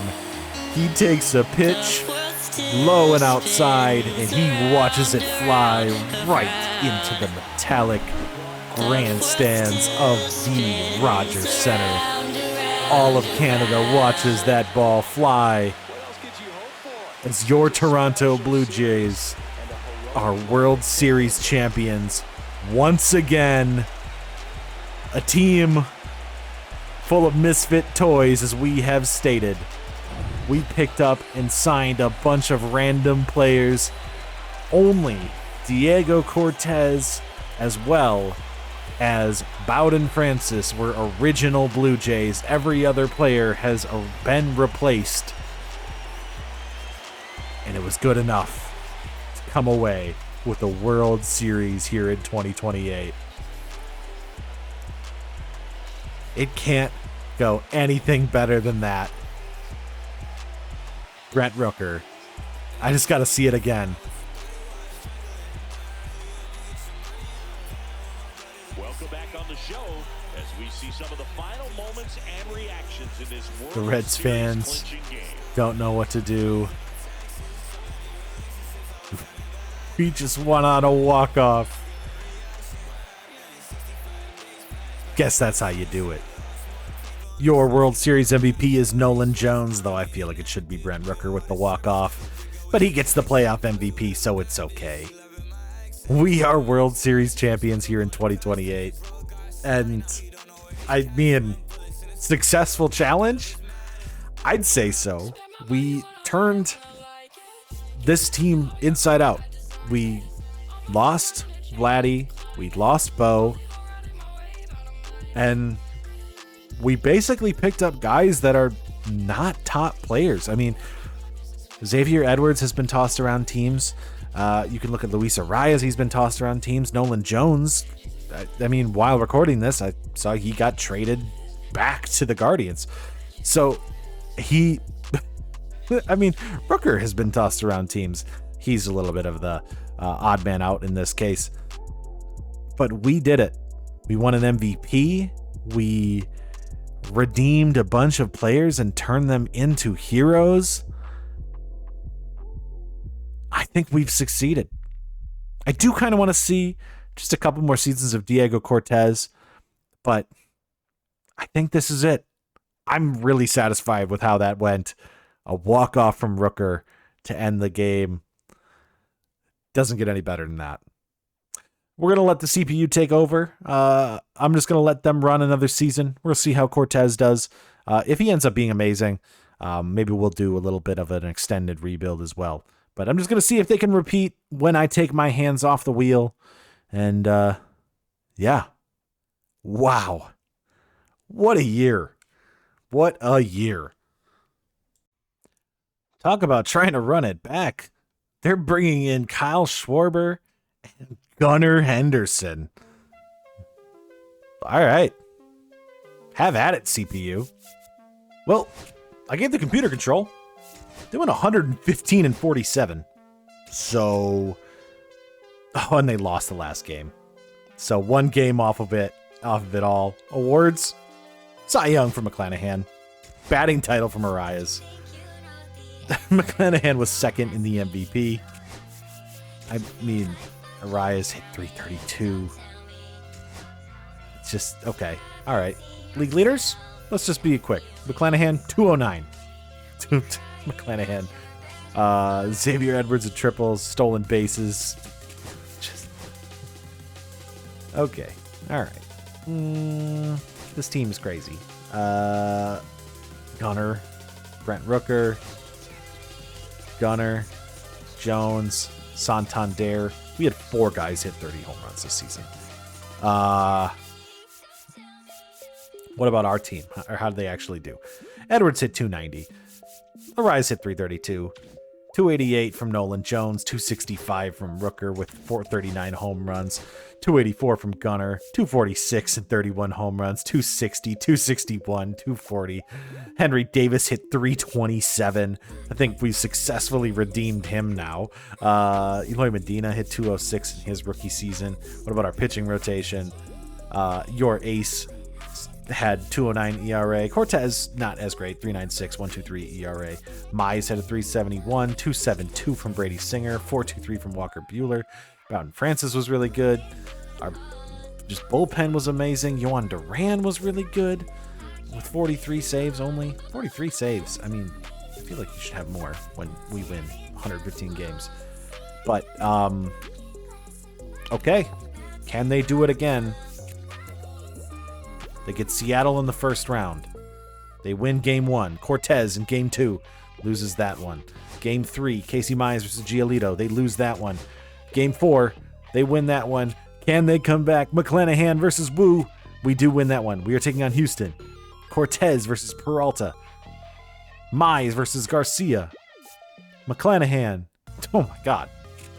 A sweep. 3 straight World Series appearances. Can they get their redemption against the Phillies? They win game 1. They win game 2. They win game 3, all in just shootouts. Game 4, they lose. Buehler versus Painter. They win back-to-back World Series champions for the Blue Jays. 91 and 92, 28 and 29. Blue Jays have won the World Series back-to-back years. I think that's a good place to stop. This team is stacked now, and I'd say that effectively, we don't need to look at the dynasty they're going to create. Every single time we visit Toronto, apparently that's what happens. 99 overall, 96, 95, 95, 92, 89 for Duran. Mize is an 87, Singer's an 87, Arias is an 86, Varsho is an 86, Buehler, Medina's an 84 as a rookie. I mean, we can look at the pitchers. Cortez is really, really good. You've got David Chu, who we drafted in the first round the one time. Bichette is really, really good. This team has so much so much potential to just win every single World Series. We can do an extended, I think, if y'all want it. I would say, if I look at my videos, we have never gotten like an insane amount of likes on a video. I would say our Angels video, which is out, has at this moment I think 350 likes. I'd say if you want an extended version just to see what Cortez does, maybe we'll just reset the team and rebuild just around Cortez and Bichette. I'd be interested if you guys, want such a thing. Let's shoot for 500 likes on this video. If you hit 500 likes, I will do an extended with Cortez and Bichette and build around those two guys as well. I know it's a shorter video than normal, but I was thinking that when we built this one, I was thinking this was going to take way longer, but we flipped the team around really, really fast. The Nolan Jones thing getting us to the World Series opened up our window really, really quick. The pitchers really outperformed what I expected, and we were flipping assets really fast too. We could have done more trades too, but I also think, like, when you look at the Rooker trade, we're talking about we gave up a lot of really, really good pitchers. If I go to the A's right now, I know they don't have Rooker anymore, but we can look at their MLB roster and see, okay, I know these guys are young, so maybe I can't look at the MLB roster. Let's actually just go to their regular roster. And starting pitchers, Ken Poole's already an 80 at 21 years old. That's a very good pitcher. 75 overall, and Sean Wooten was a very, very good pitcher who we traded away. And Guevara is a 65 with A potential. And then I also traded, I want to say, that second baseman too, and Fernando Castro, who's a 62 overall already, A potential. They got a lot of assets from us. I think this team is going to end up being great. I'd be curious. That's another thing. Did we build something there for them? Will Seattle ever be able to get over the hump, and will Vladdy ever be able to get over the hump? So I would say if you're interested in seeing that, give me 500 likes on this. I will do an extended version of this too, and we can see what we can build with a completely different thing in mind. Actually, leave in the comments if you have any other ideas, things you want to pursue around this future team with the prospects that you've seen, because Diego Cortez is the best prospect I've ever seen in my life, and I do kind of want to see what he becomes, but I also know that we would have to be here for quite some time, and I think we've already succeeded in our challenge for today. So thank you very much for watching our Toronto Blue Jays rebuild, and I will see you next time, whether that is in extended or in another rebuild coming up. Thank you very much, and